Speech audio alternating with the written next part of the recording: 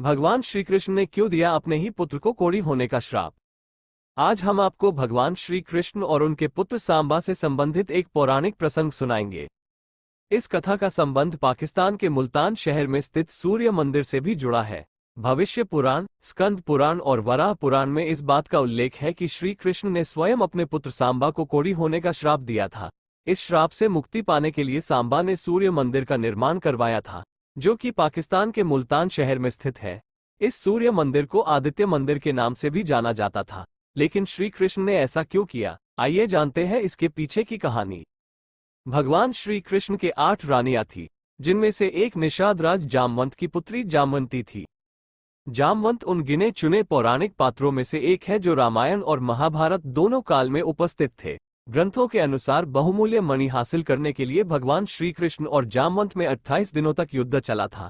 युद्ध के दौरान जब जामवंत ने कृष्ण के स्वरूप को पहचान लिया, तब उन्होंने मणि समेत अपनी पुत्री जामवंती का हाथ भी उन्हें सौंप दिया। कृष्ण और जामवंती के पुत्र का नाम ही सांबा था। देखने में वह इतना आकर्षक था कि कृष्ण की कई छोटी रानियां उसके प्रति आकृष्ट रहती थीं। एक दिन कृष्ण की एक रानी ने सांबा की पत्नी का रूप धारण कर सांबा को आलिंगन में भर लिया।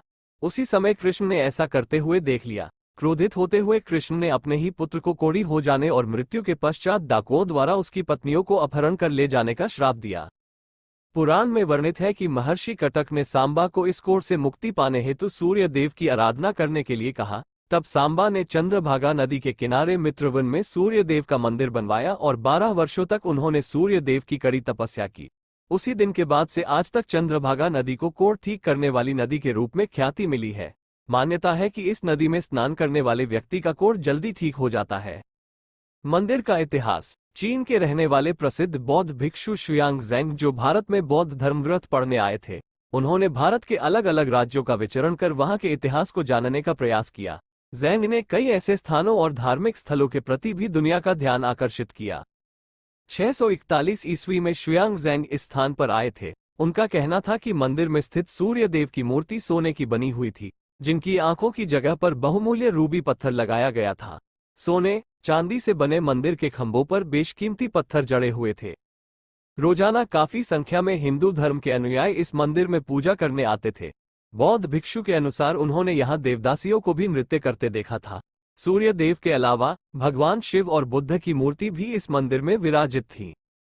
लेकिन समय के साथ साथ इस मंदिर का सुनहरा काल भी समाप्त होता चला गया। मोहम्मद बिन कासिम की सेना ने जब मुल्तान को अपने शासन में ले लिया, तब यही मंदिर उनकी सरकार की आय का एक बड़ा साधन साबित हुआ। कासिम ने इस मंदिर में लगे बेशकीमती पत्थर, सोने, चांदी, सब कुछ वे लूट कर ले गए। मोहम्मद बिन कासिम ने इस मंदिर के साथ एक मस्जिद का निर्माण करवाया, जो आज के दौर में मुल्तान का सबसे भीड़भाड़ वाला इलाका है। इसके बाद कोई हिंदू राजा मुल्तान पर आक्रमण न कर पाए, इसके सूर्य मंदिर को एक हथियार के तौर पर इस्तेमाल किया गया। दरअसल जो भी हिंदू शासक मुल्तान की ओर आक्रमण करने बढ़ता था, कासिम उसे ये धमकी देता था कि अगर वो मुल्तान पर आक्रमण करते हैं तो कासिम सूर्य मंदिर को तबाह कर देगा। 10वीं शताब्दी में जब अल बरूना मुल्तान ने दौरे पर गए थे, तब उन्होंने इस मंदिर का पूरा ब्यौरा दिया। उनके अनुसार 1026 ईस्वी में मोहम्मद गजनी ने इस मंदिर को पूरी तरह तोड़ डाला था। बरूना के अनुसार 11वीं शताब्दी में कोई भी हिंदू अनुयायी इस मंदिर के दर्शन करने नहीं आ सका, क्योंकि तब तक गजनी इसे पूरी तरह तबाह कर चुका था और दोबारा कभी इस मंदिर को बनाने का प्रयास तक नहीं किया गया।